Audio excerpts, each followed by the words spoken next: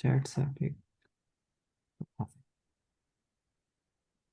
इसको एक minute read कर लें आप लोग, फिर इसको इस पर सोचें किस तरह होगा।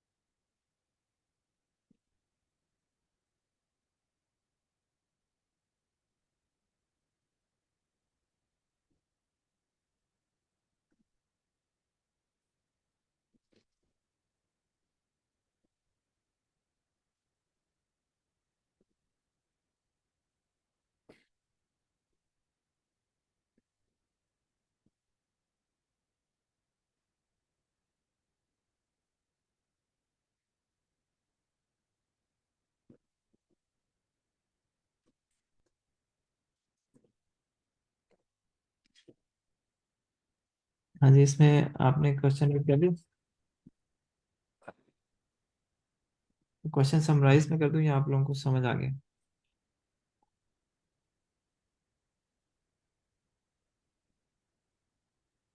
सर क्वेश्चन अंडरस्टैंड हो गया। मतलब 2 मिनट दीजिए अगर आप समराइज कर दें। जी। एलिस एंड बॉब जो है ना, दो लोग हैं। उनके पास कुछ कैंडीज हैं, ठीक है। और कैंडी का जो बैग है, उसके पास, एलिस के पास दो बैग्स हैं। उसमें एक में एक कैंडी है, दूसरे में दो कैंडी है। बॉब के पास पहले बैग में इतने, लाजमी नहीं है दोनों के पास एक जितने बैग हो। इसके पास एक बैग है और इसके पास दो बैग्स हैं, ठीक है। तो क्वेश्चन ये है कि आपने इस तरह करना है कि एलिस कुछ कैंडीज बॉब को दे दे और बॉब कुछ कैंडीज एलिस को दे दे, सच दैट कि दोनों के पास कैंडीज इक्वल हो जाए। ठीक है, तो हमने बताना कि ये जो आंसर होगा उसमें जो जीरो इंडेक्स है वो होगा जो एलिस बॉब को दे रही है, ठीक है। और जो सेकंड इंडेक्स है वो कैंडीज हैं जो कि बॉब एलिस को दे दे रहा है, ठीक है। तो ये एक्सचेंज कर रहे हैं, तो आपस में हमेशा आंसर जो है वो इस तरह के टू एलिमेंट्स होंगे। और ये भी हो सकता है इक्वल अमाउंट वो एक दूसरे को दे रहे हो, जैसे दोनों के पास इक्वल इक्वल थे, तो they will share equal amount such that total sum will remain same.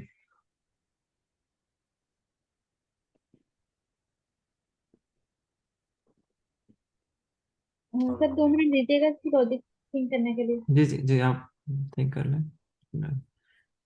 बाकी लोगों के लिए भी है कि अगर आप लोग पार्टिसिपेट करना चाहें तो। ध्यान भाई, सवाल पढ़ के समझ में आ रहा है लेकिन इसके एग्जाम्पल देख के समझ नहीं आ रहा कि हाँ, देखिए इसके पास ना, एलिस के पास ये है कैंडीज, ठीक है। अब इसके पास टोटल कैंडीज कितनी है? टू है, ठीक है। इसके पास टोटल कैंडीज है फोर है, राइट। अब इन दोनों का जो है ना सम, ठीक है, अब सिक्स हो जाएगा, राइट। लेकिन जब डिस्ट्रीब्यूट होंगे और इक्वल इक्वल होंगी तो थ्री ईच आएगा, राइट। मतलब उसी पैटर्न पे ही क्वेश्चन सॉल्व होगा। तो आपके पास, इसके पास भी थ्री आ जाना चाहिए, एक्सचेंज करने के बाद इसके पास भी थ्री आ जाना चाहिए।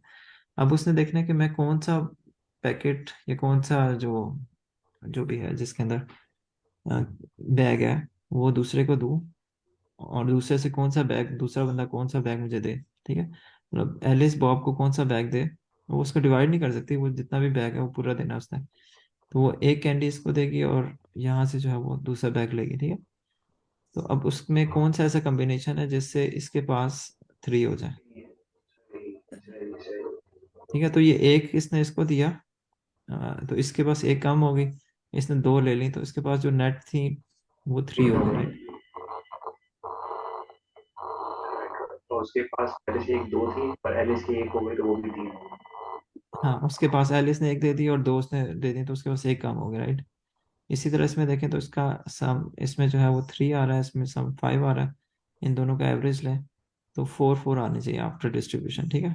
तो एलिस ने 3 से 4 करनी है, तो उसको नेट इस तरह करना कि एक कैंडी उसने मतलब इस तरह करना कि कुछ देगी और कुछ लेगी, तो नेट इफेक्ट जो है उसका ये होना चाहिए कि एक कैंडी उसके पास ज्यादा हो जाए। एक देगी और दो लेगी, तो यहाँ पर 4 हो जाएगा, और बॉब के पास 3 और एक 4 हो जाएगा। हाँ, ठीक है। और ये ना एक लॉन्ग वो हो सकती है array, मतलब ये इसमें इसमें इस तरह इतना सिंपल नहीं है मतलब दे कैन बी, उनका साइज जो है वो 10 पावर 5 तक हो सकता है, ठीक है।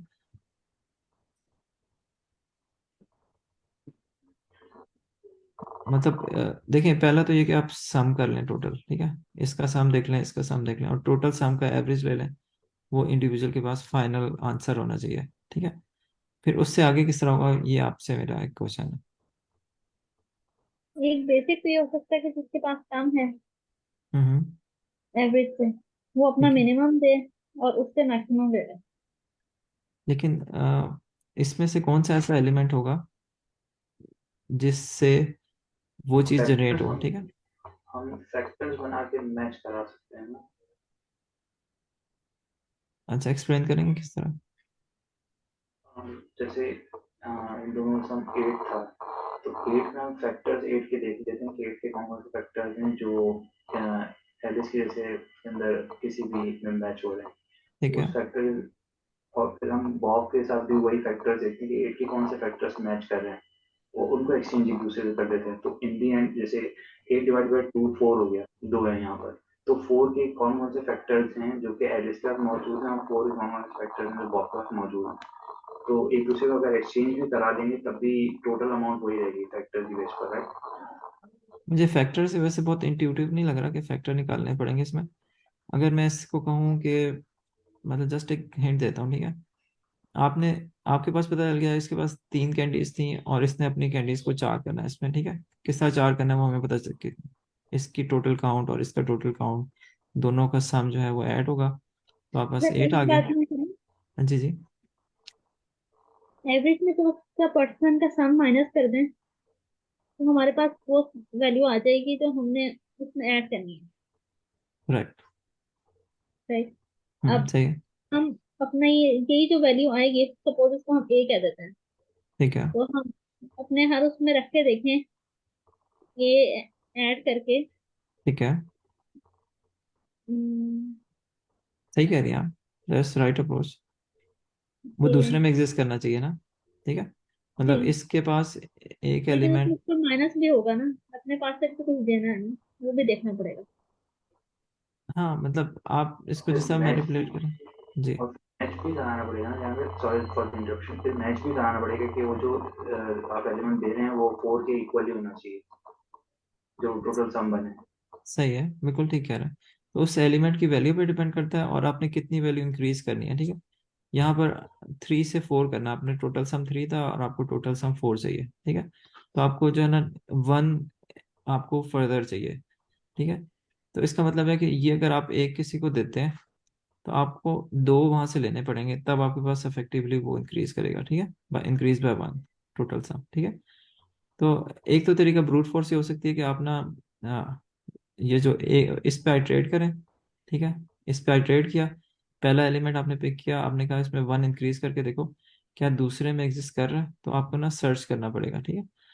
अब सर्च को 2 तरीके से कर सकते हैं कि इसको या तो हम सॉर्ट कर लें और इस पे बाइनरी सर्च अप्लाई कर लें, ठीक है। I think that's the most efficient way कि आप इसको सॉर्ट कर लें, अदरवाइज आपको लीनियर सर्च करना पड़ेगा, ठीक है। अगर आपको सॉर्ट नहीं करेंगे तो आपको लीनियर सर्च में क्या करना पड़ेगा, इसके हर एलिमेंट के लिए अगर इसका साइज n है और इसका साइज m है, अगर आप सॉर्ट नहीं करते तो इसकी जो टाइम एन कॉम्प्लेक्सिटी है एन वो, इंटू एम। हाँ, आपको एक एलिमेंट के लिए दूसरे को पूरा इटरेट करना पड़ेगा, ठीक है। अच्छा, अगर आप सॉर्ट कर लेते हैं तो आपकी ना m log n हो जाएगी, ठीक है। और उसके बाद इसे मैं लिख लेता हूँ कि आपने सॉर्ट किया इनमें से, यूं भी कर सकते हैं जो स्मॉल साइज की एरे है उसको हम सॉर्ट कर लें और दूसरे को, अच्छा m log n कर लिया, और फिर उसको आपको n से मल्टीप्लाई करना पड़ेगा, राइट। नहीं, n से मल्टीप्लाई नहीं करना पड़ेगा, फिर आपको बाइनरी सर्च करनी पड़ेगी, तो आपका ये जो है ये n इधर मल्टीप्लाई नहीं होगा, वो यहाँ पर n इंटू लॉग m बन जाएगा। अब इनमें से जो मैक्सिमम होगा वो आपकी कॉम्प्लेक्सिटी डिफाइन करेगा। ये सेकंड एरे को सॉर्ट, बॉब वाले को सॉर्ट किया, मैं अज्यूम कर रहा हूँ उसका साइज m है, हम्म, और ये आप हर एलिमेंट के लिए बॉब में जाकर सर्च करें, बॉब की जो अब सॉर्ट हो चुका है ना, उस वजह से लॉगरिथमिक है, ठीक है। तो अब ये फैक्टर अगर इन दोनों में से जो बड़ा होगा, डोमिनेटिंग होगा, वो डिफाइन करेगा कि इसकी टाइम कॉम्प्लेक्सिटी क्या है। ठीक हो गया, एक ये तरीका है। दूसरा तरीका ये है, अगर आप इसको थिंक करें कि अगर मैं इसको इसको ना सेट बना लूँ, सेट बनाने के लिए ना मुझे स्पेस कॉम्प्लेक्सिटी ऐड हो जाएगी। तो जब मैं सेट बनाऊंगा ना, तो स्पेस कॉम्प्लेक्सिटी उसकी आ जाएगी जो पहले पिछले केस में कांस्टेंट थी, वो स्पेस कॉम्प्लेक्सिटी की फॉर्म में आ जाएगा। लेकिन वो आप शॉर्ट कर देगा। ओ ऑफ ओ ऑफ एन के अंदर आप इसको सॉल्व कर रहे हैं, ठीक है। बेसिकली हो आपको गया। ओ ऑफ एन प्लस एम करना पड़ रहा है, क्योंकि आपको सम लेने के लिए, मतलब पहले इसका सम लिया, फिर इसका सम लिया, तो उसकी वजह से मैं ये कह रहा हूँ। लेकिन अगर आप इसको इग्नोर कर देते हैं, तो आप क्या कर रहे हैं कि आप ओ ऑफ इसका जो साइज है उस पर आइट्रेट कर रहे हैं, और इसको सेट में ढूंढ रहे हैं, कांस्टेंट टाइम में आप सर्च कर रहे हैं। तो ये वाला फैक्टर क्योंकि उससे ज्यादा हो सकता है, ओ ऑफ एन से ज्यादा हो सकता है ना, क्योंकि ये दोनों काम करने पड़ रहे हैं, एक सीक्वेंशियल काम है, एक टोटल सम निकालने के लिए ये आपको करना पड़ रहा है, और उसको जो सर्च करने वाला काम है, उसको क्योंकि आपने सेट बना लिया, तो वो ओ ऑफ एन में कर रहे हैं, ठीक है। अगर एम तो स्मॉल है तो रेहान भाई, इसलिए। आपने कहा कि जैसे इस पर सेट उसको बना लेंगे, तो सही है भाई। 2 और 3 सेट में आ गया, अब मैंने उस पर वो रन किया कि भाई उसके एलिस के ऊपर मैं रन किया। जी तो if one is in Bob sizes का सेट जो कि नहीं है, तो ठीक है। फिर क्या हम लोग उसको क्या वो देखिए आपने क्या ऐड किया, कर देंगे? देखिए इसमें ना आपको आपको अफेक्टिवली इसमें वन ऐड करना है इसके टोटल सम में, ठीक है। हम्म, क्लियर है ना, इसका सम 4 होना चाहिए, अभी 3 है, ठीक है। हाँ सही सही। तो आपको ना जो जो जितना इसमें ऐड करना है, डेल्टा आप कह लें, डेल्टा अमाउंट ऐड करनी है, वो 1 है, ठीक है।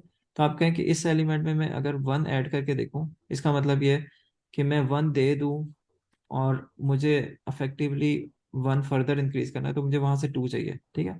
तो इट्स द सेम थिंग, मैं कह रहा हूँ कि 1 प्लस जो डेल्टा है, डेल्टा इस केस में, इसको मैं डी लिख रहा हूँ, डेल्टा इस केस में 1 ही है, ठीक है। तो हम ये सर्च कर रहे हैं कि क्या 2 एग्जिस्ट कर रहा है दूसरी साइड पे। अगर एग्जिस्ट कर रहा है ठीक है, अगर नहीं कर रहा तो फिर आपने मूव ऑन करना है, फिर आपने कहना है 2 प्लस डी उस तरफ एग्जिस्ट कर रहा है, ठीक है। और इट इज क्वाइट पॉसिबल कि ये जो है ना, ये नहीं तो डिफ आप अब सिर्फ वन नहीं, आपने 1+1 आपने सर्च करना है, सही समझ गया। हाँ, ये भी ठीक है। पॉसिबल है कि यहाँ पर ना एलिमेंट्स आपके ज्यादा हो, ठीक है। यहाँ पर 6 है, 6 ऐसा कर लेते हैं, यहाँ पर 4, यहाँ पर, हाँ, यहाँ फिर वो पर ऑड ऑड वाले उसमें क्या करेंगे, ऑड जब सम होगा तो? मैं आपको बताता हूँ, ऑड सम आएगा नहीं, क्योंकि उसने कहा हुआ है कि आप डिवाइड कर सकते हैं, ठीक है। यहाँ पर यहाँ पे आ, इसकी टाइम कॉम्प्लेक्सिटी ऑफ एन तो एन ही होगी ना, क्योंकि इस केस में आपने पूरा एलिस पे तो एटलीस्ट ट्रैवर्स करना ही पड़ेगा ना। देखें हाँ चलें सही है, सही है, सही सही, हाँ हाँ, हाँ, आप सही कह रहे हैं। हाँ, पहले तो अच्छा, सम की टाइम कॉम्प्लेक्सिटी क्या होगी रेहान भाई? वो आपको एक पे आइटरेट करना पड़ेगा, दूसरे पे आइटरेट करना पड़ेगा। अगर तो दोनों का एक ही साइज है, तो वो लेट से दोनों इक्वल है, जो कि इसमें नहीं डिफाइन किया हुआ, ठीक है। तो हम्म, अगर क्योंकि डिफाइन नहीं किया हुआ, तो O plus N plus M होगा, ठीक है। अगर दोनों एक ही साइज के होते हैं, तो वो 2n होता है, राइट। तो हम कहते हैं 2 को गायब कर दो बिग और ठीक नोटेशन में, ठीक है।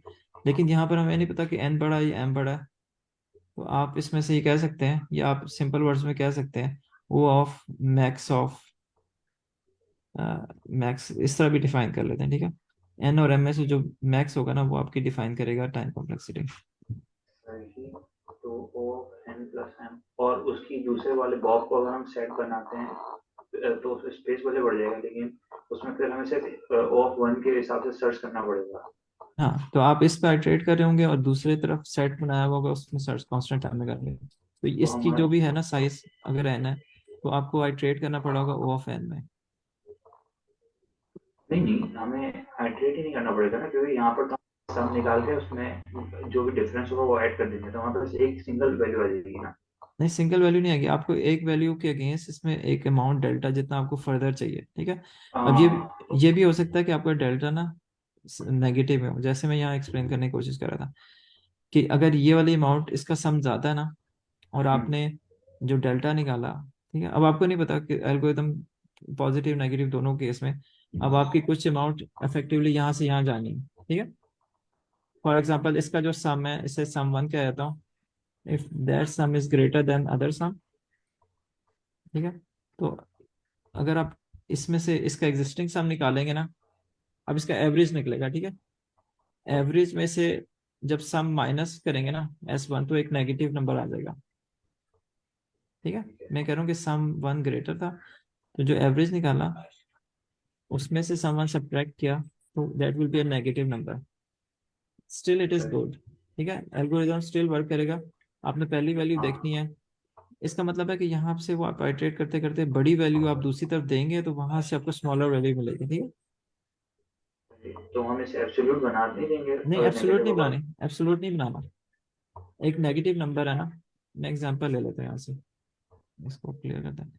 लेट से यहाँ पर 3 कर देते हैं, 3 सही नहीं है। करते, तो 5 नेगेटिव करते होगा हैं। तो हमें बॉक्स से लेना पड़ेगा। टॉप 5 से रन हाँ कर लेना, अच्छा, मतलब सेट। अच्छा अब ये देखें ना, 5 and 2 सम 7 है, और यहाँ पर कितना है, यहाँ पे 5 है। 5, ठीक है। 7 + 5, असल में इसमें एटलीस्ट वन 13। वैलिड आंसर होगा, तो उसको हम इस तरह करना पड़ेगा कि हमें वैलिड हो, ठीक है। 5 + 2, 12। हाँ, दूसरी 7 तरफ + से, 5 12। हाँ ये 5 है ना, तो 12 है, 6 होना चाहिए था, ठीक है। तो सही मैं है, इसको सही 3 कर देता हूँ, इसको यहाँ पर, इसको यहाँ पर 1 कर देता, ठीक है। सही। ठीक है, अब इसमें देखते हैं क्या होगा, ठीक है। यहाँ 6 है और यहाँ पर भी 6 है, पहले ही बराबर है, ठीक है। लेट्स सी, सही। वेट वन वैलिड आंसर का मतलब है कि एटलीस्ट एक ऑप्शन है। ये फिर हमारा क्वेश्चन गलत हो गया ना, हमारा डेटा गलत हो गया, इसमें कोई सर वो ऑप्शन तो नहीं बना। इसी एग्जांपल है, इसी पे रन कर लें, सिर्फ अपोजिट साइड पे करना है, ब्लॉक साइड से पिक करना है और उसे एलएस में चेक करना है। लेकिन यहाँ पे लॉजिक सामने आ गया कि अगर वो नेगेटिव होगा तो इसका मतलब एलिस के बजाय बॉब में से लेना पड़ेगा। मतलब यहाँ से छोटी वैल्यू जाएगी और वहां से बड़ी वैल्यू आएगी, इसका बड़ी मतलब है, वैल्यू आएगी। ठीक ठीक ठीक। ठीक है। तो मैंने इसको ना सेकंड तरीके से किया, बाइनरी सर्च से भी आप कर सकते हैं। पहले सामने निकाला, यहाँ पे इसकी जो टाइम कॉम्प्लेक्सिटी होगी वो O of n plus m होगी ना। लेकिन फिर जी वो उस जी पे जी। लेकिन उसका तो हाँ सही है, क्योंकि वो m की साइज पता नहीं है, अगर दोनों बराबर होते तो O ऑफ n हो जाते।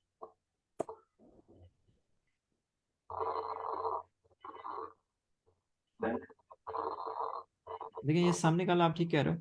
अच्छा, दोनों का सम निकाल लिया ट्रेड करके, फिर आपने कहा कि डिजायर्ड कितना है, डिजायर्ड का मतलब एवरेज कह देना चाहिए था हमें, ठीक है। दोनों को सम करके डिवाइड कर दिया इंटीजर डिवीजन में। इसमें इंटीजर डिवीजन हमेशा वो कंप्लीट डिविजिबल होगा, क्योंकि वो वन वैलिड फिर आंसर आगे है। हिंट है ना। हाँ, ठीक है। अच्छा, अब इसमें आपने ना वन ऑफ द सेट उसको, अब इसमें हो ये हो सकता था कि हम इसमें ना, डिपेंड करता है, स्पेस कॉम्प्लेक्सिटी इंप्रूव कर सकते हैं, इनमें से शॉर्टर वाले को सेट बनाएं और दूसरे पे ट्रेड करें। लेकिन मैंने जस्ट एज्यूम किया कि एक बॉब वाले को सेट बना दूं, तो अब ये एक सेट बन गया। अब मैंने ना उसमें एलिस को, अब इसका नेम इतना वो क्लियर नहीं है, लेकिन जो डिजायर्ड है, डिजायर्ड का मतलब एवरेज जो है, उसमें से एलिस को सम को अफेक्टिवली एक आंसर निकलेगा जितना उसको चाहिए, जिसे डेल्टा मैं कह रहा हूँ, ठीक है। डेल्टा कह सकता हूँ कि एलिस को एक प्लस या नेगेटिव को एक अमाउंट है जो कि चाहिए बैलेंस करने के लिए। फिर मैंने ना एलिस के ऊपर ट्रेड किया, इन दोनों को एक गिवन वैल्यू में, क्योंकि ये वैल्यू मैं दे रहा हूँ, प्लस मुझे उसके टॉप पे कुछ एडिशनल अमाउंट, तो वहां से जो वैल्यू चाहिए उसको मैं सर्च कर रहा हूँ, उस सर्च ये उस डेल्टा है सेट ना। का। हाँ, इसे ये डेल्टा है। कहते हैं ना, ठीक है, इसे डेल्टा कहते हैं कि मुझे डेल्टा कितनी अमाउंट चाहिए, ठीक है। तो एक वैल्यू जो है ना, मुझे बॉब के सेट में कांस्टेंट टाइम में सर्च कर रहा हूँ, अगर तो वो एग्जिस्ट कर रही है तो मैं कहता हूँ कि यही वैल्यू है। दूसरी तरफ से वो वैल्यू जो बॉब मुझे देगा, और यहाँ से मैं ए वैल्यू दूंगा, ठीक है। और ये जस्ट इस लूप से निकलने के लिए, अगर इसको मैं नहीं लिखता तो शायद ये एरर देगा, क्योंकि यहाँ से वो कहेगा एटलीस्ट रिटर्न होने चाहिए। अच्छा, वही कह रहा है नॉन वॉइड फंक्शन, उसको कुछ ना कुछ रिटर्न, ऑल्दो एक वैलिड आंसर होगा डेटा के अंदर, वो फॉर श्योर है, लेकिन वो एल्गोरिथम में वो कह रहा है कि एटलीस्ट कुछ तो रिटर्न करो, ठीक है, क्योंकि यहाँ रिटर्न वैल्यू इसकी वेक्टर है, ठीक है। तो क्वेश्चन सिंपल ही था, सिर्फ ये कि उसकी ना 2-3 तरह से सोचने का पर्पस ये है कि उसको ना हम ऑप्टिमाइज कर सकते हैं। अदरवाइज वो एन टाइम एम था, वो भी शायद इसमें एक्सेप्टेबल हो, कि आप एक वैल्यू के लिए उसकी सारी वैल्यूज को एक्सप्लोर करें। उससे बेहतर अप्रोच ये हो सकती थी कि एक को सॉर्ट कर लें और जिस वैल्यू को सर्च करना चाहिए यहाँ पर कांस्टेंट टाइम हो रहा है उसको बाइनरी सर्च से फाइंड करें, ठीक है। तो अभी क्योंकि इसकी एन एम की बजाय एन प्लस एम हो गई। हाँ, वो एन प्लस एम इसकी वजह से हुई है, ठीक है। अदरवाइज वो आपको जब आपने करना था तो वो ओ ऑफ एन में आप कर सकते थे, लेकिन ठीक है। वो एम का पता नहीं है ना, उसके साइज इस वजह से वो कुछ भी हो सकता है।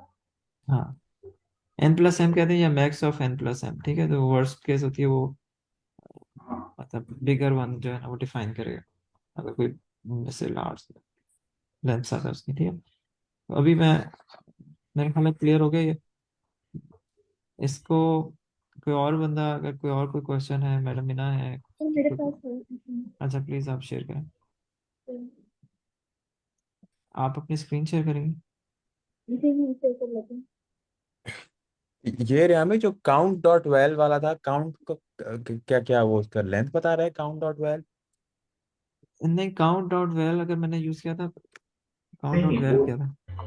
काउंट ऑफ किस जगह पे कह रहे हैं काउंट डॉट वेल? वही कि भाई इफ अच्छा अच्छा, जो जो सेट में, वो सेट जो में फाइंड वैल्यू करें, है सेट वो में सेट फाइंड में करें। फाइंड करने का फंक्शन है वो। हाँ, मतलब वो उसमें काउंट करते हैं कि नॉन जीरो अच्छा, मतलब काउंट वो होगा जैसे सेट में। पाइथन में लिखते हैं कि if I is in B या व्हाटएवर। हाँ, वेल इन सेट, ठीक है। तो इसका सही मतलब सही। वैल्यू सेट में एग्जिस्ट कर रही है। तो हाँ। फिर आप रिटर्न करा रहे थे वो वैल्यू और ए, क्या जो कहते जो हैं? जो given value of L S, ठीक लेकिन है। भैया भाई, इसमें इसका ये था ना कि आपने एक के ऊपर पहले ना दोनों के सम निकाल लिए। जैसे अगर पाइथन में देखें तो ठीक दोनों है, का सम अप्लाई कर दिया। सम निकालने के बाद आपने उसको बड़े बार आपने दोनों को वैल्यूज को माइनस करा के डेल्टा ले लिया। जो ठीक है, डेल्टा था वो आपने एलिस के सम में ऐड कर है ना। वो एलिस की कोई भी वैल्यू पहली वैल्यू से इटरेट होना होगा और उसमें डेल्टा ऐड करके चेक करेंगे कि बॉब में वो लाई करता है नहीं लाई करता। करेक्ट। सही कह रहे हैं, ठीक कह रहे हैं। और अगर कुछ भी लाई नहीं करेगा तो रिटर्न में, अच्छा इसमें रिटर्न के केस में क्योंकि वो कह रहा है कुछ ना कुछ रिटर्न कराना है तो हम माइनस वन कराए ये सी प्लस प्लस में। लेकिन पाइथन में तो वो रिटर्न को जरूरी नहीं होता ना फंक्शन के कुछ रिटर्न कराए। हाँ, आपने डिफाइन नहीं किया होता ना कि रिटर्न टाइप क्या होगी। तो जहां से रिटर्न हो जाएगा फिर वो अ, मतलब सही कह रहे हो। लेकिन फिर भी हमें अपने सॉल्यूशन की खातिर माइनस वन रिटर्न कराना पड़ेगा कि नहीं, एल्स अगर कुछ उसने नहीं कहा करे नहीं तो। है, उसने कहा नहीं है कि क्योंकि कोई एक एटलीस्ट वैलिड आंसर है, उसने इनपुट डेटा पे हाँ यानी कंस्ट्रेंट लगाई। सही है यानी कभी हाँ, ऐसा वही पॉसिबल ही किया नहीं होगा ना। कि नहीं होगा। जी जी। ये तो क्वेश्चन पहले किया था ना। रेहान भाई, ये देखिए मेरे मेरे इसमें पर क्या गलती आ रही है, मैंने क्या गलत कर दिया भाई? हाँ, तो इसमें आपका आंसर गलत आ रहा है या एरर आ रहा है? वो आंसर गलत आ रहा है ना, दो टेस्ट केस फेल हो रहे हैं। अच्छा, मैं आपको और एक मिनट, मैडम ना मैं अपनी स्क्रीन शेयर करके फिर आपको दोबारा से कहता हूँ। इसको मैं इधर पे अरे आप लिखता हूँ। इसमें रिटर्न क्यों करवा रहे हैं? आपका तो पाइथन है ना, मैं तो रिटर्न कर रही नहीं है। अच्छा, अच्छा। हाँ ये क्वेश्चन पहले किया नहीं हुआ। कौन से वाला कह रहे हैं? ये वाला लॉन्गेस्ट कॉमन सब सीक्वेंस। आ, देख लेते हैं, मतलब इसमें मैडम मीना ने एक ओपन किया है, मैं तो इसमें ओपन होके ये क्वेश्चन कर लें या कोई और कर लें। अच्छा, अभी आपने सम निकाला, एवरेज निकाला, ये ना आपने पैरेंथेसिस नहीं लगाई, ठीक है। जिस तरह आपने पैरेंथेसिस नहीं लगाएंगे ना तो वो सिर्फ तो बी को फिर डिवाइड कर, सही।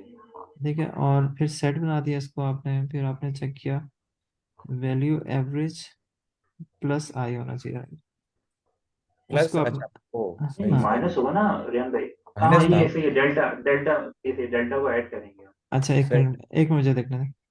आप सही कह रहे हैं, एक मिनट मुझे देखने दें। अच्छा, एवरेज जो है ना, ये वो वैल्यू है जो कि अब उसको रिक्वायर्ड है, ठीक है। अच्छा, जो एवरेज वैल्यू है, मैंने क्या किया हुआ था एवरेज के लिए, फिर एक और आपने वो उसको निकाला हुआ डिजायर्ड था, लिखा होता। ठीक है। नहीं, एवरेज था लेकिन एवरेज के बाद भी वो मैंने निकला हाँ था कि रियान भाई, पहले डेल्टा कैलकुलेट होगा ना एवरेज के बाद भी बड़े हाँ वाले इस, के माइनस हो गया। मतलब आप इसको डायरेक्ट भी कर सकते हैं लेकिन डेल्टा अगर आप ये कह देना, ठीक है। क्योंकि हम किसके ऊपर अप्लाई करें, एल एस के ऊपर अप्लाई करें ना, तो sum average of A minus sum, ठीक है, कि हमें इतना करना, और मतलब इतनी कैंडीज हमारे टोटल होंगी फाइनल जब वो डिस्ट्रीब्यूट हो जाएंगी, और अभी हमारे पास इतनी है, ठीक है। तो वो डेल्टा जो है ना यहाँ पर आएगा, ठीक है। डेल्टा का मतलब है कि कितनी कैंडीज नेट, मुझे कितनी हाँ कैंडीज और चाहिए, ठीक है। और मेरे पास जो इसको अब चलाना चाहिए। नीचे रिटर्न की भी जरूरत नहीं होगी ना ध्यान भाई। हाँ, रिटर्न सर की। आपने यानी आपने दूसरा ओपन किया और लॉन्गेस्ट कॉमन फंक्शन को जो कोई आपने सॉरी यार, दूसरा नहीं दिमाग, है, अच्छा चलें, बस मैं ये चेंज करके देख लेता हूँ। नहीं मैं कर रिटर्न देता हूँ। 0 0 की भी जरूरत नहीं होगी क्योंकि जब सही हमारा कह कह दिया गया है कि एक होगा। सही कह रहे हैं यार, बहुत सारी चीजें जो बंदा गलत कर सकते हैं। अच्छा, ये इसको भी निकाल देते हैं, इसकी भी जरूरत नहीं है। किसकी की जरूरत नहीं है भाई, अगर कोई वो कुछ दोनों जीरो जीरो जीरो जीरो, है तो फिर जीरो जीरो नहीं होगा। कोई फर्क, नहीं वो कोई कह रहे फर्क हैं नहीं कि एक पड़ेगा। होगा ही, एक आंसर हमेशा होगा ही। अच्छा होगा ही होगा, सही है, ठीक है। और आपकी बारी पे इसने भी 91 ही किया भाई, क्या बात है भाई। ये आपके बस में भी यही चलेगा, मुझे लगता है यहाँ से सर्वर करीब है। आपके पास सर्वर करीब है ब्रो, ये वाली बात है। हो सकता है डिले का हमारा। अच्छा, इसको छोड़ते हैं, इधर से इधर आते हैं। अच्छा, मैडम ने इसको समराइज कर दें, ठीक है। और आपने स्क्रीन शेयर करके, और इसको अगर हमने पहले किया हुआ तो इस पे बहुत ज़्यादा टाइम नहीं लगाते, लेकिन एटलीस्ट क्वेश्चन रीड कर लेते हैं, अब सामने आया तो रिवाइज हो जाएगा, ठीक है। तो मुझे ऐसा लग रहा था जैसे मैंने फुली क्वेश्चन किया नहीं था, इसलिए मैंने तुम्हारा पूछ कोई लिया मसला नहीं, स्टार्ट किया था। नहीं दोबारा भी कर सकते हैं, जब तक आप एक एक क्वेश्चन को 4 4 दफा नहीं देखेंगे ना, मल्टीपल डिफरेंट उसमें सेशंस में, तो आपको फिर पता नहीं चलेगा कि आपको आता है या नहीं आता।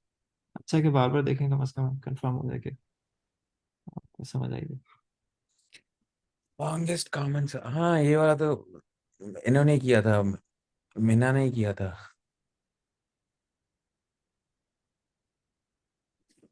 फिर समराइज कर दूँ। गिवन टू स्ट्रिंग्स x1 और x2, हमारे पास दो स्ट्रिंग्स लिए हैं, अब हमने बताना है कि इसमें लॉन्गेस्ट कॉमन सब सीक्वेंस कौन सा है, ठीक है। इसमें जैसे अगर A B C D E है और इसमें ए सी ई है, तो इसमें कौन सा लॉन्गेस्ट सब सीक्वेंस बनेगा। इसमें मैं टेस्ट कर लेती हूँ। इसमें बी काउंट नहीं होगा और ये बी काउंट नहीं होगा, तो ए सी ई ये थ्री लेंथ का लॉन्गेस्ट कॉमन सब सीक्वेंस मिलेगा, ठीक है। इसमें हम दोनों लिख के देख लेते हैं। मतलब हमारे पास एक है A B C D E, और दूसरा है हमारे पास ए सी ई। इसमें क्या होगा, हम पहले फर्स्ट एलिमेंट को कंपेयर करेंगे इसको, और इसको कंपेयर करेंगे साथ में। अगर तो हमें ये कंपेयर किया और ये इक्वल मिल गया, तो फिर हम अपने बाकी प्रॉब्लम को एक सब प्रॉब्लम में डिवाइड कर सकते हैं, क्योंकि ये हमारा एक सब प्रॉब्लम बन गया। अब हम इसको देखेंगे। लेकिन अगर ये होता तो हमारे पास ये यहाँ पर ए ना होता, फिर क्या होता। सपोज हमारे पास यहाँ पर बी होता, ठीक है? अब यहाँ पे हम क्या करते हैं, हम इस तरह से सब प्रॉब्लम में डिवाइड ना कर सकते, हम दो प्रॉब्लम बना लेते, एक प्रॉब्लम यहाँ से इसको सब प्रॉब्लम समझते, और दूसरा ये होता इसको हम सब प्रॉब्लम में डिवाइड करते, ठीक है। इसको हम एक ग्रेड की फॉर्म में भी करके देखते हैं, हमें जरा इजी हो जाएगा, 2D ग्रेड बना लेते हैं इसके लिए। जिस तरह लिए आप कुछ कह रहे हैं। नहीं, नहीं मैं कर कुछ नहीं कह सकते। आज का आपका ग्रेड का सीन ऑन हुआ है भाई, माशाल्लाह हर क्वेश्चन आप ग्रेड से सॉल्व कर लेती हैं। ये 2D डीपी वाला तो होता है ना, ग्रेड से इजी सॉल्व हो जाता है, हाँ नहीं भाई अंडरस्टैंड हो जाता माशाल्लाह, सबके ऊपर आपकी स्ट्रेटजी सक्सेसफुल होती है। मैम मेरा एक क्वेश्चन है कि हम ऐसा नहीं कर सकते कि ना हम दोनों का सेट ले लें और इंटरसेक्शन निकाल लें। है।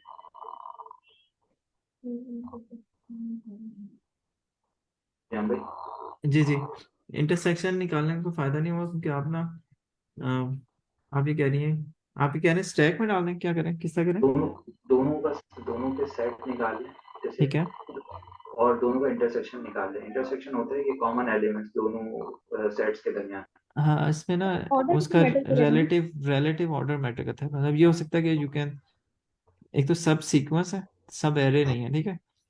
कंजेक्टिव तो नहीं है, लेकिन उनका रिलेटिव ऑर्डर आपस में मैटर करता है। मतलब आप ये नहीं कर सकते कि सी को पहले ले लें, ए को बाद में कंसिडर कर लें। तो अगर आप सेट में डालेंगे ना, तो और दूसरी बात है कि इसमें still there is a chance कि ए कैप मल्टीपल टाइम आया हो।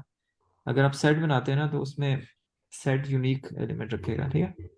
हाँ तो मल्टीपल रीजन है कि आप सेट बनाने का कोई फायदा नहीं। सही, क्योंकि वो मल्टीपल टाइम्स फिर वो कॉमन सबस्ट्रिंग नहीं रहेगा। हाँ, और रिलेटिव ऑर्डर मेंटेन होना चाहिए। रिलेटिव ऑर्डर मतलब जो पहला लेटर है ना, वो ए, दूसरे के, अगर दूसरे में ए एंड पे आया होता तो फिर वो उस ए का फायदा कोई नहीं था, पहले वाले ए का।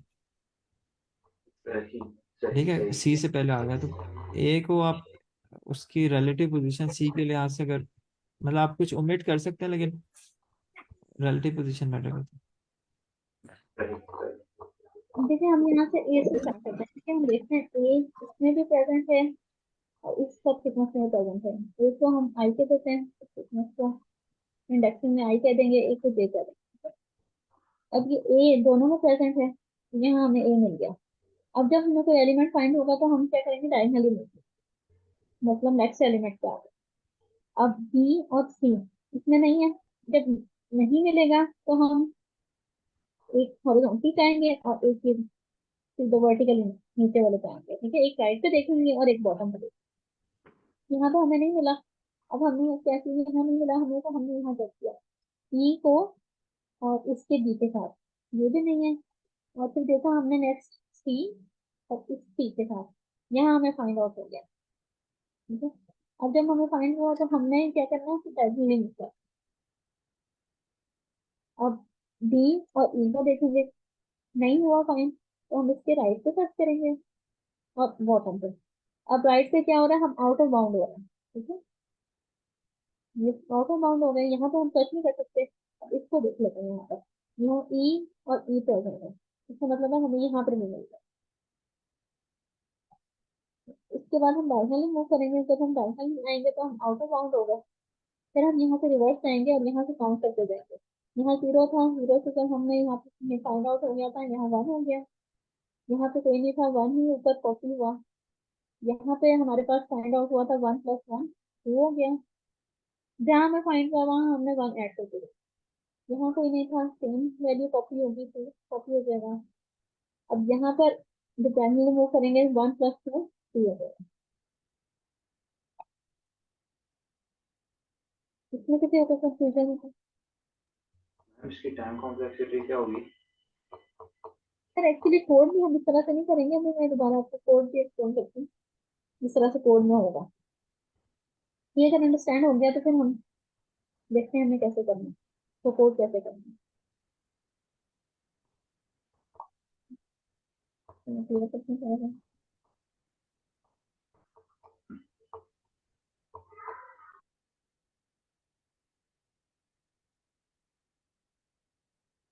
कोड अब ऐसे होगा कि पहले हम जो हमने एक्स्ट्रा अपॉइंट किया ना कॉलम, इसको हम जीरो से इनिशियलाइज करा रहे हैं।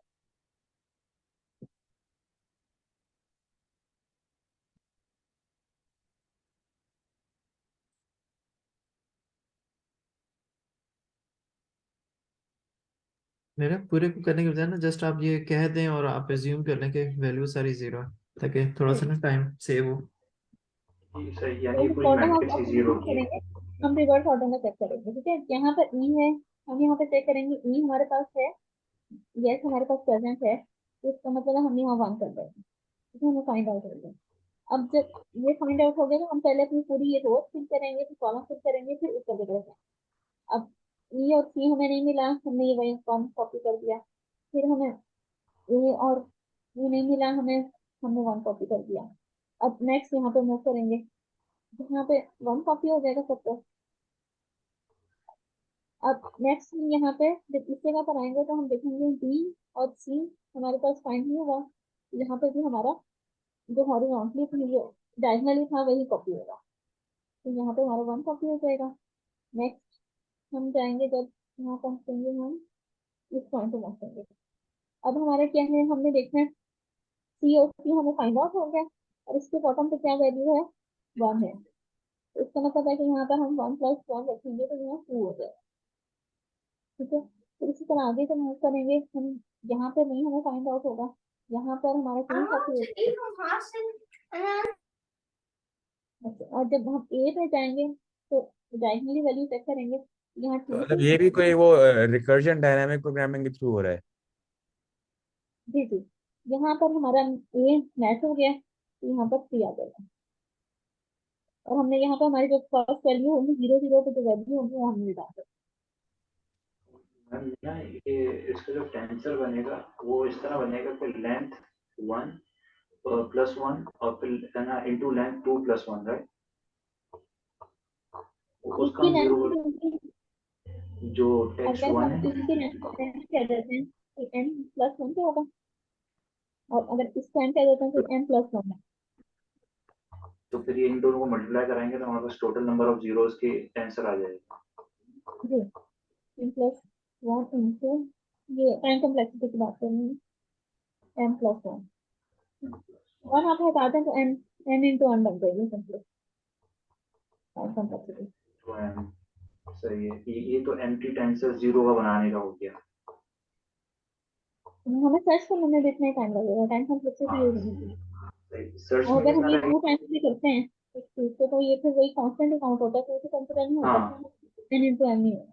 हाँ, लेकिन इसकी स्पेस कॉम्प्लेक्सिटी भी यही बनेगी ना, n इंटू एन। जी, तो इसमें फ्लेक्सिबिलिटी सेम है।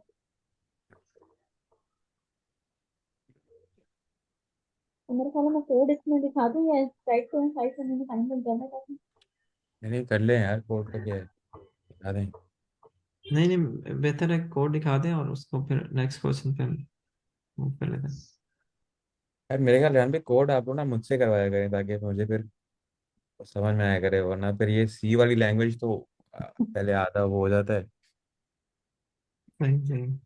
कोड इतना वो नहीं है, सिंपल है कोड। ठीक है, तो इसमें तो हमने कोड ही वेक्टर सिंपल रखा वेक्टर है। वेक्टर मतलब वेक्टर लिस्ट के वेक्टर अंदर मतलब लिस्ट 2D। आप बना रही हैं,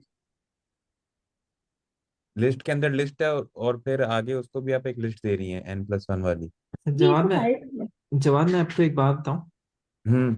ये बहुत अच्छी बात है, बहुत अच्छी बात है जो आप कोडिंग करते हैं ना, और मतलब लाइव कोडिंग के अंदर, मतलब लाइव उसके अंदर आप साथ साथ पाइथन में कोड कर लेते हैं, ठीक है।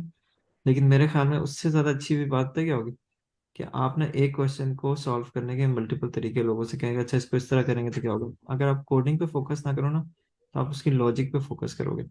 ये जो आप अभी अभी आप कोड कर भी लोगे ना, अगर आपको सिर्फ एक तरीका भी पार्शली समझ आया, वो आपने कोड तो कर लिया, रन हो रहा है, आपका काउंट बढ़ रहा है, लेकिन it will not help you until you have multiple ways of doing. तो ये जो सेशन होता है ना, इसमें ये जो डिस्कशन होती है, तो उस बंदे से पूछा जाए कि अच्छा इसको इससे बेहतर कर सकते हैं, उसकी कॉम्प्लेक्सिटी क्या होगी, ये आपको ना इंडिपेंडेंट उसमें नहीं मिलती चीज़। ठीक है, कोई भी बंदा जिसकी कोडिंग जैसी ही हो, जब तक आइसोलेशन में करेगा तो उसको नहीं पता चलेगा कि मैं इसको कैसे ऑप्टिमाइज करूँ, उसे एक तरीका आता होगा, दैट्स इट।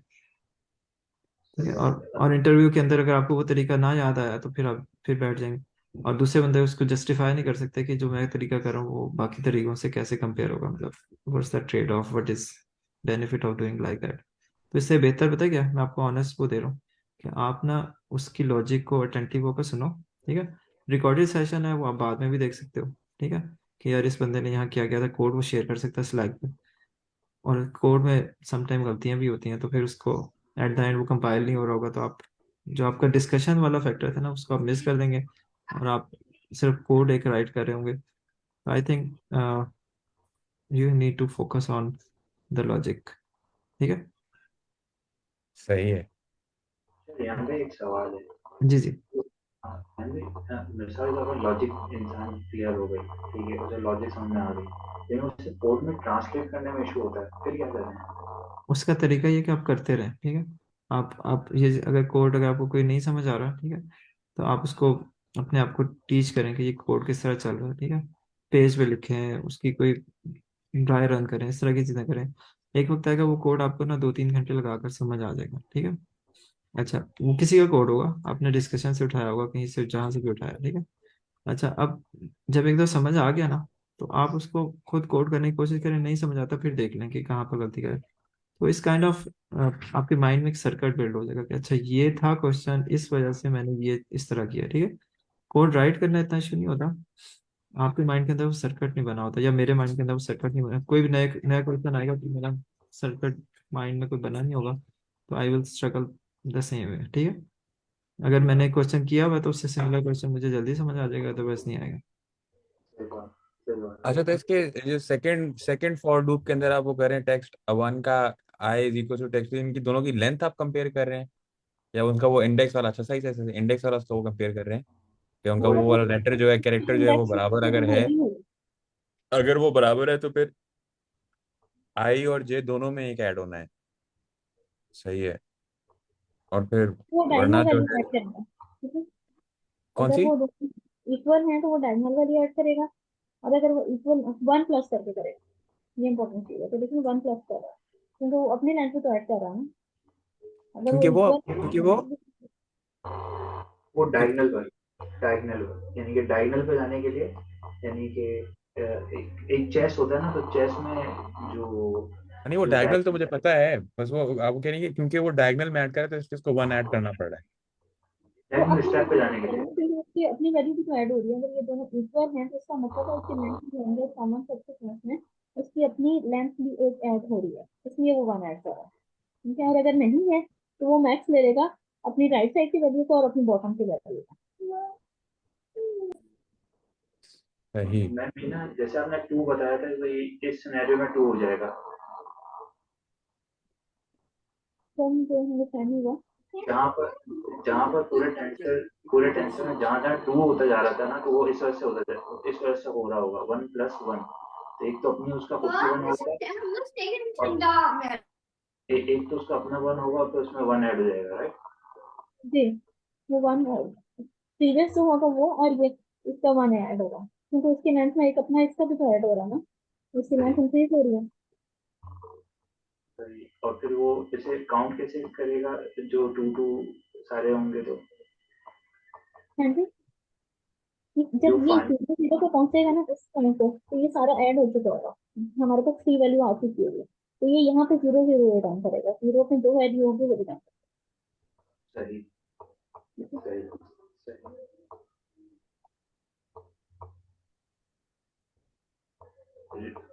ध्यान भाई, और ये कोई अंडरस्टैंड। अप्रोच है?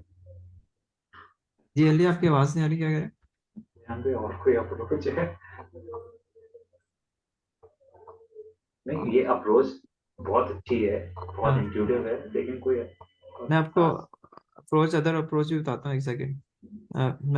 मैडम, मैं ज़रा अपनी स्क्रीन शेयर करके ना सही। बता सकूँ। देखिए, दो तरह की अप्रोचेज होती हैं, ठीक है।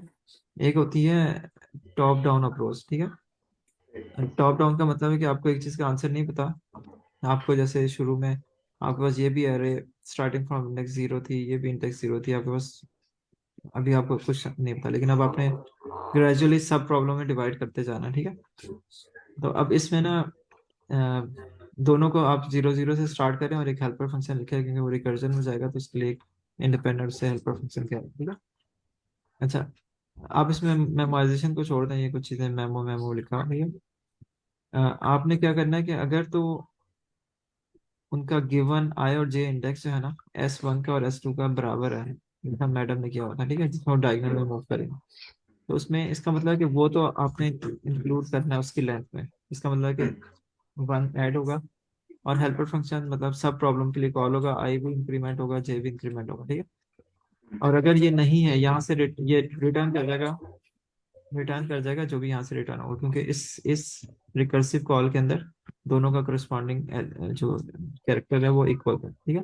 अगर इक्वल नहीं था, इसका मतलब वहां से रिटर्न नहीं हुआ, तो यहाँ पर ना ये इसमें से देखेगा कि मुझे नहीं पता कि इसका I+1 करके मैं रिकर्सिव कॉल में जाऊं, इसका मतलब है जैसे फॉर एग्जांपल ये बी सी के साथ मैच नहीं हो रहा, ठीक है। तो ये हो सकता है कि मैं बी को स्किप करूं और मुझे नेक्स्ट एलिमेंट मैच होना शुरू हो जाए, या ये भी हो सकता था कि मैं बी को कीप करूं और यहाँ से सी के बजाय ई पे जाऊं, ठीक है। कि मैं ओमिट कर सकता हूँ बीच में कुछ चॉइसेस ना, तो इसमें से एक मैक्स रिटर्न होगा कि अगर मैं आई को इंक्रीमेंट करता हूँ, जे को कीप करता हूँ, और आई को सेम रखता हूँ, जे को इंक्रीमेंट करता हूँ, ठीक है।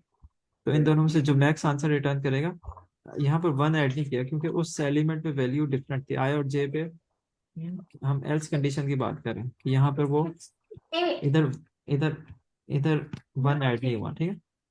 अच्छा, अब हमने इसको रिकर्सिव कॉल्स को ना मेमोराइज कर रहे हैं। जैसा मैडम ने टेबल बनाया हुआ था, तो उस टेबल में वो जो लेफ्ट और राइट पे वो कर रही थी ना, उसमें से जो मैक्स निकालनी थी, वो तब था जब वो नॉट इक्वल था, ठीक है। और जो डायगोनल था उसमें वो ये कर रही थी, ठीक है। बेसिकली मेमोराइज बेसिकली 2D के अंदर उसी तरह ही होगा, एक 2 डायमेंशनल एक वेक्टर है, ठीक है। लेकिन अप्रोच टॉप डाउन है कि आपको एक आंसर नहीं पता, आप एक सब प्रॉब्लम में कॉल कर रहे हैं, अगर उसका आंसर पहले से कंप्यूटेड है, बाय डिफॉल्ट वैल्यू -1 है, ठीक है। जैसे मैडम 0 रखनी थी, मैं यहाँ पर उनको -1 कर रहा हूँ, ठीक है।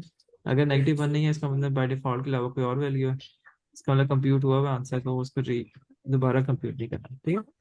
तो ये अप्रोच टॉप डाउन अप्रोच है। इस it's for me it's more intuitive. लेकिन मतलब क्योंकि मुझे नजर आ रहा है कि कॉल्स किस तरह हो रही हैं, ठीक है। उस वाली अप्रोच में और इसमें लॉजिकली वही है, लेकिन उसमें ना टेबल जो है वो एक लेवल से बिल्ड किया है, तो वो बॉटम अप अप्रोच कराती है। जो टेबुलेशन या दूसरा का मेथड होता है ना डायनामिक प्रोग्रामिंग का, तो उसमें रिकर्सिव कॉल में नहीं जाना पड़ता। यहाँ पर रिकर्सिव कॉल की वजह से स्टैक में भी मेमोरी यूज होगी, ठीक है। क्योंकि वो कॉल के बाद एक और रिकर्सिव कॉल में जाएगा, तो फर्दर उस केस में सिर्फ टेबल के लिए चाहिए रिकर्सिव कॉल्स, तो वो कोड शायद ज्यादा एफिशिएंट होगा। लेकिन in term of space complexity वही कहलाएगा, क्योंकि उसकी मेमोराइजेशन के लिए भी आपको स्पेस तो चाहिए, ठीक है। लेकिन उसमें बाउंड्री फिक्स्ड होगी, जो टेंसर की बाउंड्री है। तो बाउंड्री तो इसमें भी फिक्स ही है ना, अगर वो आई और जे पे पहुंच गया उसके बाद फर्दर आगे नहीं जाएगा, वहां से रिटर्न होगी कॉल्स। तो फिर वो कैसे एफिशिएंट हुआ है? देखिए, इन टर्म ऑफ मेमोरी ये जो यहाँ पर है ना, कि ये मेमोरी जो यूज कर रहा है वो दोनों में सेम ही है। वो टेबल के लिए यूज कर रही है मेमोराइजेशन में, मतलब उसको डिफरेंट तरीके से फिलअप करो। लेकिन रिकर्सिव कॉल्स में आप कह लें कि वो आइटरेटिव वे था, ये रिकर्सिव है, ठीक है। अगर उनका कोड आप देखें तो वो रिकर्सिव नहीं है, बल्कि वो आइटरेट आइटरेट करिए। एक वन को +1 करके एक एक आगे बढ़ते जा रहे हैं, डायनामिक भी चेक होते जा रहे उनका भी तो रिकर्सिव ही है, जो उन्होंने लिखा हुआ था वो भी रिकर्सिव ही था, वो 1+ करके वो अपने आप कॉल करा था वापस। अच्छा मैडम, आप शो कर सकते हैं?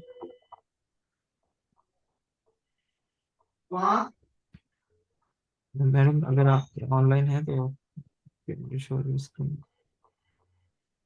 पिछले कोड की जो वो था ना, उसमें देखिएगा कोड में, तो इसमें डीपी एरे के अंदर बहुत सारा मैनिपुलेट करिए, लेकिन अच्छा वो आप डीपी को, टेबल। वो अच्छा वो कॉल फंक्शन को कॉल नहीं कर रही, वो डीपी को कॉल कर रही है, वो जिनका जो एरे बनाया हुआ है ना 2D एरे, उसको कॉल कर रही है सिर्फ। हाँ सही है। हाँ, तभी उसे टेबुलेशन कह रहे हैं ना, ये बॉटम अप कह रहे हैं कि उन्होंने फिलअप करना शुरू किया एक कॉर्नर से, और उसको एट द एंड उन्होंने 0 0 पे आई, ठीक है। सही। तो यहाँ पे आपके वाले सॉल्यूशन की टाइम कॉम्प्लेक्सिटी क्या होगी? वो तो O of n into m होगी, और स्पेस कॉम्प्लेक्सिटी स्पेस कॉम्प्लेक्सिटी भी O of n into m होगी, और इस कोड की भी वही होगी, टाइम और स्पेस। बस अप्रोचेस दोनों की मुख्तलिफ हैं। इसमें आइटरेटिव अप्रोच है, उसमें रिकर्सिव अप्रोच हाँ, है। हाँ, सही कह रहे हैं। जिस तरह मतलब हर क्वेश्चन जो है, जिस तरह नॉर्मल लिंक लिस्ट में ना रिकर्सिव वे से भी कर सकते हैं, और आइटरेटिव वे में भी कर सकते हैं, सेम चीज को आप कर सकते हैं, ठीक है। तो मेरा हाल है नेक्स्ट क्वेश्चन पे मूव कर लेते हैं, प्लीज आपके क्वेश्चन पास रीड कोई करें। क्वेश्चन है? नहीं, मेरे पास क्वेश्चन नहीं है, देखना पड़ेगा, आपने जो ओपन किया था वही देख लेते हैं।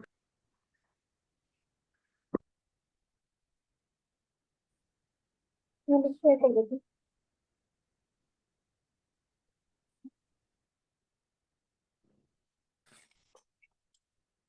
इसको वो कर लें, समराइज कर लें। सर, मैंने रीड नहीं किया हुआ, डिलीट कर दी। चलें, ठीक है। मैं आपको बता दूं, ये मैंने किया हुआ, तो इसलिए टाइम कम लगेगा। ठीक ठीक। ये कह रहा है कि आप फिर शेयर करो। नहीं, ठीक है, इधर ही कर लेते हैं। m/n मैट्रिक्स है, ठीक है। या 0 होगी या वैल्यू 1 होगी। हमने लार्जेस्ट स्केयर देना है, जो कि ना जिसमें सारे वंस हो, ठीक है। स्केयर का मतलब होता है उसकी साइड्स इक्वल हो, ठीक है। जैसे उसने रेड में साइड दिखाई हुई है कि उसमें भी 2 by 2 है, ठीक है। मतलब स्क्वायर, रेक्टेंगल नहीं है, स्क्वायर है, ठीक है। तो एक साइड जो होगी वही दूसरी साइड होगी, वर्टिकल और बेस जो भी कह लें, लेंथ और ब्रेड्थ जो है वो इक्वल होगी इसमें, ठीक है। यहाँ पे हम इसे कर्नल कह सकते हैं ना। हाँ कर्नल कह सकते हैं, अ, कह सकते हैं। अच्छा अब इस केस में ना आपके पास इससे बड़ा कहीं पे भी ऐसा स्क्वायर नहीं है, ठीक है। अगर आप बाकी में देखें तो यहाँ पर इसको बड़ा करें तो इसमें कोई ना कोई जीरो आ जाएंगे, ठीक है। तो what is the biggest square of one, square of ones का मतलब ये कि जिसमें सिर्फ वंस हो, ठीक है। उस कितना स्क्वायर आएगा उसका हमने एरिया रिटर्न करना है। जैसे इस केस में ये 2 बाई 2 है ना, 2 सेल्स इस तरफ है, 2 सेल इस तरफ है, तो हमें आंसर रिटर्न करना है 4, ठीक है। तो ये जो रेड वाला पोर्शन है इसका जो स्क्वायर का एरिया होगा, ठीक है। अच्छा अब इसको किस तरह कर सकते हैं?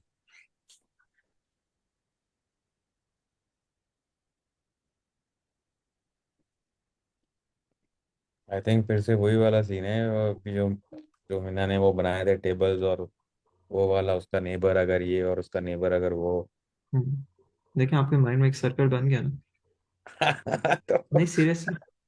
अच्छा देखें, आप ये समझें कि एक टेबल है, ठीक है। ये चीजें टेबल से सॉल्व होती है। थोड़ा ज्यादा बड़ा हो गया लेकिन इट्स ओके। रेहान भाई, ये जो लास्ट वाला एक रो है वन की कॉलम जी है, और जी ये जी। जो स्टार्टिंग वाला कॉलम है, ये इस तरह नहीं एक स्केयर बन सकता? अ, आप किस तरह कह रहे हैं? लास्ट वन रो इस तरह कह रहे हैं, इस तरह कह रहे हैं? मैं ये कह रहा हूँ जो राइट साइड वाले वन हैं दो, और जो लेफ्ट साइड वाले बिल्कुल जो दो। नहीं नहीं वो नहीं हो सकता। आप ये कह रहे हैं इस तरह, राइट? इस तरह करके हाँ हाँ, आप ये कह रहे हैं बाउंड्री उधर से, मतलब इस तरह नहीं है। ठीक है, मतलब ये नहीं है कि आप इसको कहेंगे ये सर्कुलर उसमें कनेक्ट हुआ हुआ, इस तरह नहीं है। ठीक है। अच्छा अब आपने इसको इस तरह थिंक करें कि अगर आपके पास यहाँ पर एक वैल्यू थी, इसका मतलब कि एटलीस्ट आपका साइज वन का तो स्क्वायर है, ठीक है। आपका इसको पॉपुलेट करते हैं, ठीक है। अच्छा यहाँ पर भी वन था। अच्छा अब आपने क्या करना है कि आप ये कहेंगे जो आपने स्क्वायर बनाया ना, जस्ट फॉर योर ईज उसका एक साइज बड़ा रखें, ठीक है। और इसको बाय डिफॉल्ट 0 0 से इनिशियलाइज किया हुआ है। आप ये कहेंगे जो मेरी ओरिजिनल ग्रिड थी मैं उससे एक साइज बड़ा रखा ताकि मुझे कॉलम वाइज मुझे आउट ऑफ बाउंड का देखना इजी हो जाए, ठीक है। उसमें सारी वैल्यू 0 0 0 0 पड़ी हुई है, पूरी ये जो है ना ये 0 0 है। मैं उसको वो नहीं कर रहा, पॉपुलेट नहीं कर रहा, आप जस्ट एज्यूम करने के सारी जीरो। अच्छा इसका करने का फायदा इसलिए मैं इसको आपको शो करूंगी 0 0, ठीक है। जब आपने ये वाला आंसर लेना ना, ठीक है, तो ये पहली बात है कि इस जगह पे वन होना चाहिए, ठीक है। और अब आपने देखना है कि पिछले किसी स्केयर का ये पार्ट बन सकता है, ठीक है। वो इस पे बन सकता है कि इसके यहाँ पर भी नॉन जीरो वैल्यू पड़ी हो, यहाँ पर भी नॉन जीरो वैल्यू पड़ी हो, यहाँ पर भी नॉन जीरो वैल्यू पड़ी हो, ठीक है। अब यहाँ पर सारी जीरो वैल्यूज थी तो आप ये समझे ये वन ही है, ठीक है। अभी हम आगे देखते हैं क्या होगा। अच्छा अब ये वाला जो जीरो है, जहाँ जीरो होगा तो वहां जीरो ही डालना है आपने। ये जीरो डाल दिया आपने, यहाँ वन है, ठीक है। तो ये वन जो है खुद तो यहाँ पर आएगा लेकिन इसके सराउंडिंग में सारे जीरोस पड़े हुए हैं, ठीक है। अगर एक भी जीरो हो गया तो वो एक्सटेंड नहीं हो सकता, ठीक है। यहाँ पर वन आ गया। अभी जस्ट देखते जाएं, जब थोड़ा सा फर्दर पॉपुलेट होगा इधर पे 0 0 आ गया, ये इस जीरो के करस्पॉन्डिंग आ गया, जहाँ जीरो है वहां जीरो आ गया, ठीक है। अच्छा इस जीरो के करस्पॉन्डिंग यहाँ पर वन ही आएगा क्योंकि इसके ऊपर तो वन था, ठीक है। लेकिन इसके लेफ्ट पे और ये अगर अगर यहाँ पर सारे नॉन जीरो होते हैं ना तो उसमें से आप मिनिमम वैल्यू लेते हैं, ठीक है। क्योंकि उस तरफ से आप एक स्केयर का पार्ट बन सकता है, ठीक है। अब देखते हैं आगे जाकर क्या होता है। यहाँ जीरो है तो यहाँ जीरो ही रहेगा, यहाँ पर वन है इस जगह पे, इधर पे तो वन आ सकता है, ठीक है। लेकिन इस वन से ऊपर तो वन है, ठीक है। लेकिन डायगोनल में भी नॉन जीरो है, सॉरी डायगोनल में भी जीरो है और ये भी जीरो है, तो ये स्टिल वन ही रहेगा, ठीक है। अब इस वन के करस्पॉन्डिंग आप देखें तो इससे इस वैल्यू के ऊपर जो है वैल्यू जीरो पड़ी हुई है तो यहाँ पर वन ही आएगा, ठीक है। इसी तरह सिमिलरली अगर आप इस वन को देखें, इस वन के इस साइड पे, ये मैंने थोड़ा सा गड़बड़ कर दी, यहाँ इनको इस तरह लगा दिया, ये इस तरह करके, ठीक है। तो इस वन के करस्पॉन्डिंग देखें, यहाँ पर वन है, यहाँ पर वन है, ठीक है। ये इसके अगेंस्ट मैंने वन वन लिख दिया। अच्छा, इस वन के करस्पॉन्डिंग अगर आप देखें, यहाँ पर मैं वन लगा रहा हूँ, ठीक है। ये जो डायगोनल वाला जीरो है ना, इसकी वजह से मैं इसको एक्सटेंड नहीं कर सकता, ठीक है। अच्छा, थोड़ी सी गंदी ड्राइंग बन गई, लेकिन आप ये थिंक करें कि ये स्ट्रेट लाइन होती है और ये बीच में से ओमिट कर दें, ठीक है। अच्छा, इधर से मैं लाइन लगा देता हूँ ताकि वो एटलीस्ट एक स्ट्रक्चर के अंदर शो हो के at least make it will make some sense. अच्छा, अच्छा, अब क्या करना है कि आपने ना इस वैल्यू में देखना है, तो इस वैल्यू की इस जगह पे वन पड़ा हुआ है, ठीक है। और वन के करस्पॉन्डिंग इसके ना डायगोनल में भी वन है, इधर भी वन है, इधर भी वन है, इधर भी वन है, ठीक है। इसका मतलब है कि उधर से आपको सपोर्ट मिल रही है कि वो एक वन बाय वन का स्केयर था, ठीक है। तो इसका अपना जब साइज ऐड होगा, size will be added into minimum of the things, ठीक है। अभी हम देखेंगे मिनिमम क्या क्या मतलब है। तो यहाँ टू आएगा कि अपनी सराउंडिंग में ये देख रहा है ऊपर डायगोनल में ऊपर की तरफ, और लेफ्ट में जो उन तीन वैल्यूज में से जो मिनिमम होगा ना, और इसकी अपनी वैल्यू वो ऐड होकर यहाँ पर आ जाएगी, ठीक है। अब यहाँ पर देखते हैं आगे किस तरह होगा।